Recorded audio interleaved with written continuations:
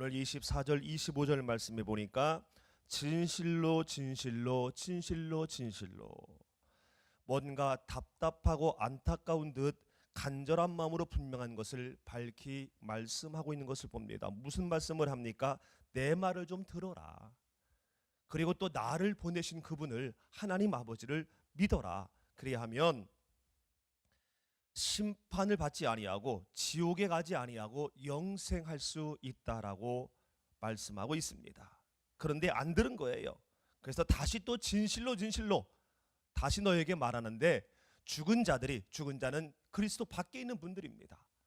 예수님을 알지 모르는 그들도 하나님의 아들의 음성을 들으면 살아날 것이다 라고 말씀하고 있는 것을 봅니다.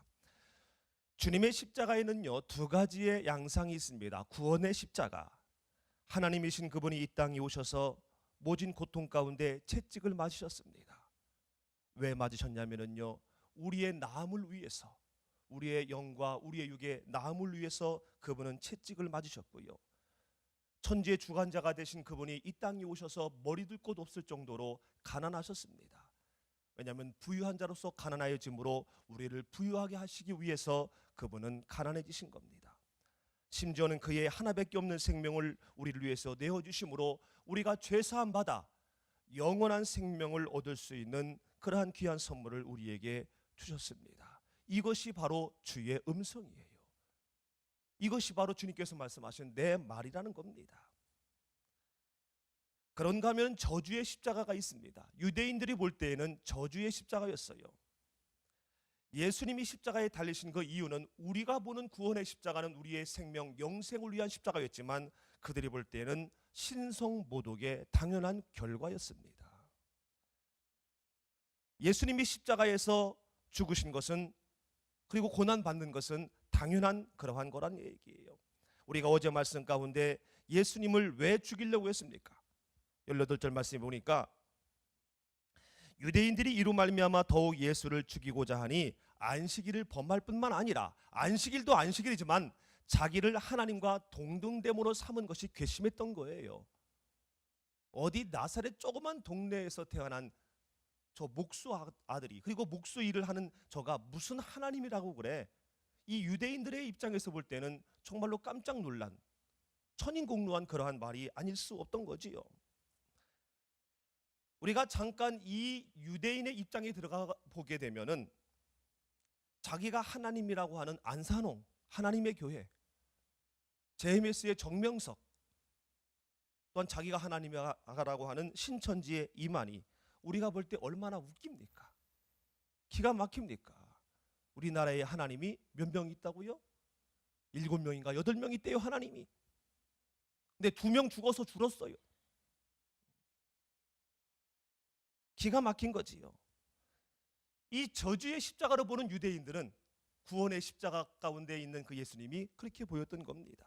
그러나 분명한 것은, 우리 죄를 위해 모진 고난과 고통 속에 달리신 주 예수 그리스도는 하나님과 동등하신 하나님이신 줄로 믿습니다.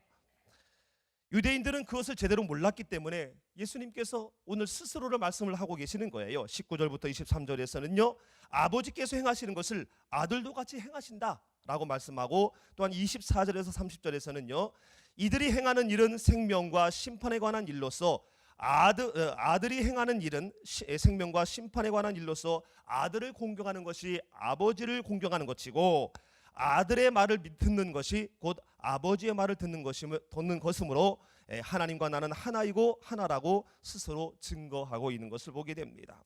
성부, 성자, 성령 하나님은 한 하나님이신 줄로 믿습니다. 그다음에 삼위일체 하나님은요, 성부 하나님은 우리를 너무 사랑하셨습니다. 그래서 창세전에 우리를 택하셨어요. 왜냐하면 우리가 거룩하고 흠없게 하나님 앞에 있게 하기 위해서. 그래서 에베소서 1장 4절에서도 창세전에 그리스도 안에서 우리를 택하사 그 앞에서 거룩하고 흠이 없게 하시려고 했다라고 말씀합니다. 그래서 우리를요, 인도하시고 보호하신 거예요. 이스라엘 백성을요, 인도하고 보호하신 거예요. 물이 갈라져서 건너가게 하시고요, 또한 구름기둥으로 불기둥으로 만나와 메추라기로 그들을 창세전에 택했기 때문에 하나님 앞에서 흠이 없게 하려고 그들을 끊임없이 사랑으로 인도하셨습니다. 그런데 연약한 인생은요, 보일 때만 믿어요. 그리고 보이지 아니하면은요, 지도자를 원망하고, 지도자를 원망하는 것은 하나님을 원망하는 것으로 바로 또 하나님 앞에 죄를 범하고 맙니다. 그래서 하나님은 할 수 없이, 눈높이를 맞추기 위해서 그 높고 높은 보좌를 버리시고 이 땅에 우리의 수준으로 오신 거예요. 성자 하나님, 형상으로서의 하나님 오셔서 죄의 후손이 아닌 여자의 후손으로 오셔서 우리와 똑같이 이 땅에서 인생을 사신 겁니다. 그리고 결국 죽으셨고요, 또한 부활하셔서 승천하셨습니다. 승천하시기 전에 이제는 우리의 이 놀라운 주님의 음성을, 이 구원의 십자가를 전하라고 부탁하시고 우리에게 성령을 선물로 주신 다음에 본래의 자리로 가신 거지요. 말씀드린 것처럼 바로 이것이 주의 음성입니다. 주의 음성입니다. 할렐루야. 이 하나님과 이 아들의 음성을 우리가 들을 때에 우리는 살아나고, 그리고 죽은 자도 살아나게 되어지는 그런 귀한 역사가 일어나게 될 줄로 믿습니다. 그런 의미에서 24절 25절 말씀을 우리 다시 한번 한 목소리로 읽죠. 시작. 내 말을 듣고 또 나를 보내신 이를 믿는 자는 영생을 얻었고 심판에 이르지 아니하나니 사망에서 생명으로 옮겼느니라. 진실로 진실로 너희에게 이르노니 죽은 자들이 하나님의 아들의 음성을 들을 때가 오나니 곧 이때라. 듣는 자는 살아나리라. 아멘. 우리는 이미 살아났고 아직 살아나지 못한 죽은 자 가운데 있는 그리스도 밖에 있는 그들에게도 이 주님의 음성을 들려주어야 할 줄로 믿습니다. 그런데 이 유대인들은, 그리고 지금도 여전히 그리스도 밖에 있는 그들은 왜 이 하나님의 음성을, 왜 이 우리를 사랑한다라는, 우리를 위해 죽으셨다라는 이 주님의 음성을 듣지 못하는 것일까요? 묵상할 때에 자기 지식, 자기 편견, 자기 전통, 자기 자랑거리가 이 주의 음성을 듣지 못하도록 마음의 귀를 닫아버리고 있다라고 묵상을 해보았습니다. 이 유대인들은요, 선민 사상이 있었어요. 우리는 택함 받았다, 우리는 어떻게 해서라도 구원 얻는다, 사실이지요. 그러나 이것이 구원의 십자가를 저주의 십자가로 바라보게 하는 어리석음에 빠지게 했다라는 겁니다. 여러분, 우스운 말 중에 하나가 바로 뭐냐면요, 왕년이래요. 왕년에. 그리고 또 하나는 내가 이래봬도래요. 왕년에 이래봬도, 왕년에 이래봬도. 이게 가장 겨와 같은 쓸데없는 소리라고 합니다. 왜냐하면 스스로의 귀를 막아버리게 하는, 그리고 주변의 사랑의 여러 이야기를 듣지 못하게 하는 그러한 아주 악한 것이 바로 이거라는 거예요. 선민사상, 정통사상, 이것이 바로 저주의 십자가를 만들어버리는 이 유대인들의 모습이 되게 했다라는 겁니다. 그리고 그들은요, 자기들만이 갖고 있는 계속 내려온 전통이 있었습니다. 메시아, 그분은 다윗 성군 같은 분이야. 메시아가 오시면은 정치적으로, 군사적으로, 종교적으로, 문화적으로 모든 것들이 완전히 뒤바뀌어서 우리 백성이 전 세계를 주관하는 그러한 나라가 될 거야 라는 자기들만의 또한 전통이 있었던 거예요. 자기들만의 지식, 자기들만의 자랑거리. 이것이 결국은 구원의 십자가를, 주의 음성을 듣지 못하게 하는 그러한 일이 되게 했다라는 겁니다. 사랑하는 성도 여러분, 하나님이 허락하신 축복이 있습니다. 우리에게 또 하나님이 허락하신 능력이 있습니다. 이것이 주의 음성을 듣지 못하게 할 수도 있다라는 거예요. 전도 세미나 가보니까요, 언제 기도해야 되느냐? 잘 나갈 때, 만사 형통할 때, 힘들고 어려울 때 기도하는 것이 아니라 잘 될 때 기도해야 하나님의 축복이 유지된다라고 말씀하더라고요.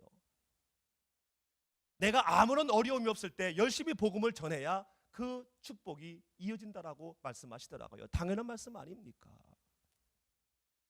우리에게 주신 그 놀라운 하나님의 많은 주어진 것들, 이것이 수시로 이 구원의 복음이 나에게 전해지는 그 주님의 음성을 듣지 못하게 하지 않도록 우리는 하나님 앞에 겸손으로 내 삶의 허리를 동여야 할 줄로 믿습니다. 그리고 또 한 가지는요, 서로의 영광을 취했기 때문에 이 주의 음성을 듣지 못한 것 아닌가라고 묵상을 해보았습니다. 오늘 본문에는 없지만 44절 말씀에 보니까 이렇게 말씀하고 있습니다. 같이 읽지요. 시작. 너희가 서로 영광을 취하고 유일하신 하나님께로부터 오는 영광을 구하지 아니하니 어찌 나를 믿을 수 있느냐. 영광이라는 것은 기쁨이지요, 행복이지요, 소망이지요. 지금이 너무 좋은 거지요. 그런데요, 사람이 주는 기쁨, 사람이 주는 행복, 사람이 주는 소망은요, 언젠간 오해가 됩니다. 여러분, 내가 아무리 진실하고 내가 아무리 발라도요, 한번 삐뚤어진 눈으로 보게 되면은요, 그거 풀기 쉽지 않습니다. 이게 사람과 사람과의 관계예요. 금방 분노가 되고요, 원망이 되는 게 이게 사람과 사람과의 관계라는 겁니다. 부모와 자식과의 관계도 이런 일이 있고요, 형제 간에도 있고요, 내외 간에도 있고요, 친구 간에도 있습니다. 사람이 주는 영광, 이거를 갖고 우리가 서로가 주는 그 영광을 취하려고, 서로가 주는 기쁨, 서로가 주는 어떤 행복을 갖고 우리가 기쁨을 가지려고 하게 되면은요, 주님의 음성을 듣지 못하고 하나님을 믿지 못하게 한다는 겁니다. 그러나 하나님께로부터 오는 영광이 있습니다. 하나님께로부터 오는 행복, 하나님께로부터 오는 기쁨, 하나님께로부터 오는 만족과 소망, 이것이 온전한 영광인 줄로 믿습니다. 예수님이 인격적으로 믿어질 때에, 나와 함께 하시는 그 예수님이 나에게 믿어질 때에 그냥 기분이 좋아요. 내 손에 뭔가 주어진 것이 없는데 내 삶은 여전히 힘든데도 괜찮은 거예요. 이 새벽 예배에 나와서 하나님 앞에 무릎 꿇는 우리, 최소한 여러분은 이러한 하나님께로부터 오는 영광 가운데 사는 하나님의 기도의 여군인 줄로 믿습니다. 당당한 거예요. 문제가 되지 않는 거예요. 나를 오해하고 있고 나를 힘들게 하는 그러한 사람이 있다 할지라도, 나를 우회줘야 할 사람이 나를 힘들게 할다 할지라도 괜찮은 거예요. 그럴 수도 있지 뭐 라면서 당당한 거예요. 왜냐하면요, 하나님께로부터 오는 영광 가운데 있기 때문에 그런 거지요. 또한 하나님께로부터 오는 영광을 구하기 때문에, 그것을 바라보기 때문에 문제가 문제로 보이지 아니하고 오히려 문제가 기도 제목으로 보여서 응답을 향하여 달려가게 되는 겁니다. 사랑하는 성도 여러분, 하나님께로부터 오는 영광을 구하시기를 주님의 이름으로 축원합니다. 사람으로부터 오는 영광을 구하고 취하려 하지 말고 하나님께로부터 오는 영광을 우리가 구할 때에 이 구원의 십자가로부터 들려지는 주님의 음성이 우리에게 매일매일 들려지게 될 줄로 믿습니다. 이거를 유지하기 위해서는요, 따라합니다. 기도하자, 기도하자. 저는 어제 저녁에 정말 많은 은혜를 받았습니다. 여러분, 기도해야 될 줄로 믿습니다. 기도는 영의 호흡이고요, 우리가 살 수 있는 유일한 최고의 삶의 무기, 영의 무기가 바로 기도인 줄로 믿습니다. 우리가 물속에 잠겨 있어도요, 살 수 있는 방법이 있습니다. 그거는 바로 뭐냐면 빨대 하나만 있으면 살아요. 그치요? 빨대. 이 빨대가 바로 뭐냐면 기도라는 거예요. 기도. 내가